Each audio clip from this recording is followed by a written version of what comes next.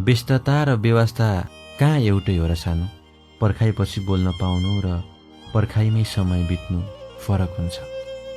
व्यवहारमा फरक देखिएपछि मिठो शब्ददेखि पनि घृणा लाग्दो रहेछ। निशब्द भएम, आखिर उसको बहानाको अगाडि मेरो चाहनाको केही लागेन। जनाब, पहिले जस्तो छैन। म कसैलाई हाँसेर टारिदिन्छु त कसैलाई शून्यताले मारिदिन्छु। सुनेको थिएँ सत्यको जित हुन्छ भनेर, फेरि मेरो प्रेम कसरी हार्न पुग्यो? भाग्य खराब थिएन, बस भरोसा गलत मान्छेमाथि थियो, पत्तै पाइन। तिमीले त्यो आँखालाई रुवायौ जुन आँखाले सधैँ तिमीलाई हाँसेको हेर्न चाहन्थ्यो। आफूलाई सम्हाल्न गाह्रो भयो जबकि मनले रोजेको मान्छे बदलियो। मानिस आफ्नो अभावले त्यति दुखी हुँदैन जति अरूको प्रगति र प्रभावले हुन्छ।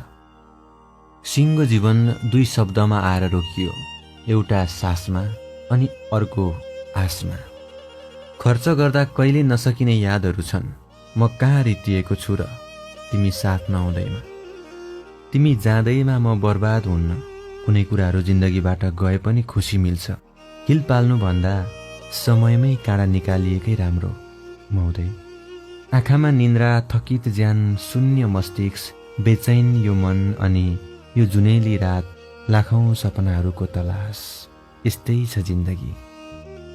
यो प्रेम बडो अजीब छ। प्रेम गर्छु भन्नेले कहिले गरेन, प्रेम गर्नेले कहिले पाए। हो, गल्ती मैले नै गरेँ। समय बिताउने सोच भएकासँग जिन्दगी बिताउने सपना देखेँ। खाँचो सधैँ साथ दिने मान्छेको थियो, तर जिन्दगीले सधैँ आश देखाउने मान्छेसँग मात्र भेट गराइदियो।